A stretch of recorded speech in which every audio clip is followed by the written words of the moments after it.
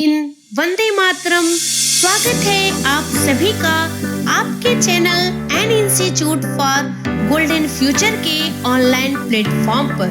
दोस्तों, अब तक सबसे सुपर फास्ट वीडियो देखते हैं 12 महत्वपूर्ण प्रश्न। चलिएगा बिना देर किए हुए स्टार्ट करते हैं। हिंदी का पहला प्रश्न आपकी स्क्रीन पर। पहला प्रश्न है, एक से अधिक वर्णों के मेल को क्या कहते हैं?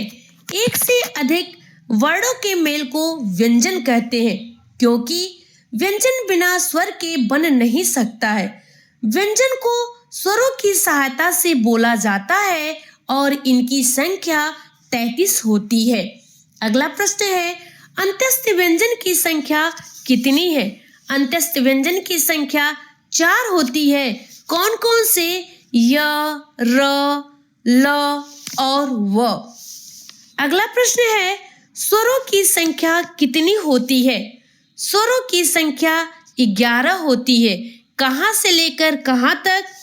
अ, आ, ई, उ, री, ए, ओ और औ। स्वर स्वतंत्र होते हैं, ये बिना किसी के सहायता से बोले जाते हैं। अगला प्रश्न है, अंगुली का तद्भव रूप है। अंगुली का तद्भव रूप क्या है? उंगली होता है। अंगुली एक तत्सम रूप है, लेकिन इसका हम तद्भव रूप देखते हैं तो उंगली होगा।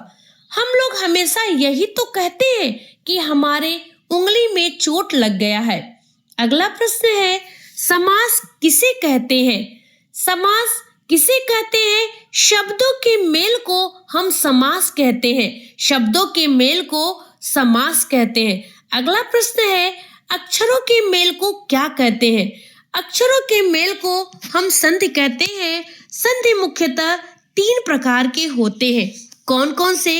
पहला है स्वर संधि, दूसरा है व्यंजन संधि और तीसरा है विसर्ग संधि। अगला प्रश्न है, क्रिया विशेषण एक भेद है। क्रिया विशेषण किसका एक भेद है? अव्यय का। अब अव्यय क्या होता है? मन में यह प्रश्न उठता है कि अव्यय क्या है?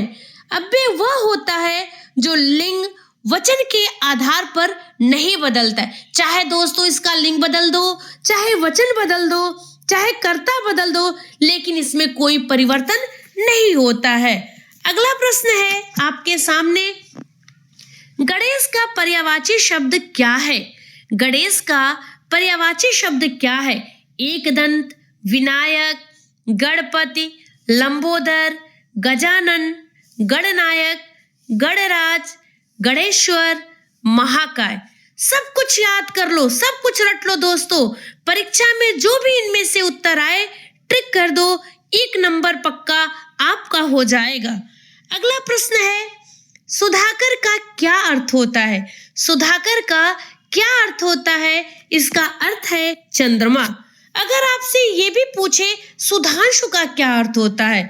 सुधांशु का अर्थ भी चंद्रमा होता है। सुधांशु, हिमांशु, सुधाकर, रजनीश, विधु, राकेश, इंदु आदि सभी जो है चंद्रमा के पर्यायवाची हैं। अगला है, कमल का पर्यायवाची क्या है?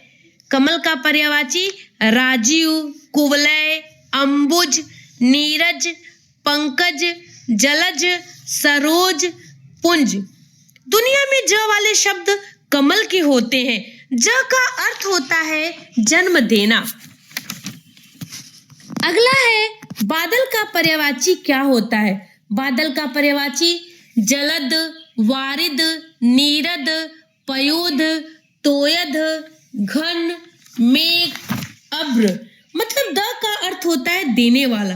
बादल तो हमें दोस्तों पानी ही तो देता है। द अगर लगा है तो बादल का हो जाएगा, ज लगा है तो कमल का हो जाएगा। आज का सबसे महत्वपूर्ण प्रश्न और अंतिम प्रश्न है आपके स्क्रीन पे, ये जो युद्ध में स्थिर रहता है, जो युद्ध में स्थिर रहता है उसे युधिष्ठिर कहते हैं। दोस्तों, अगर मेरी वीडियो अच्छी लगे और ऐसी ही वीडियो प्रतिदिन लेने के लिए आप लाइक, कमेंट सेक्शन में कमेंट जरूर करिएगा। मिलते हैं नेक्स्ट वीडियो में, तब तक के लिए धन्यवाद। Thank you.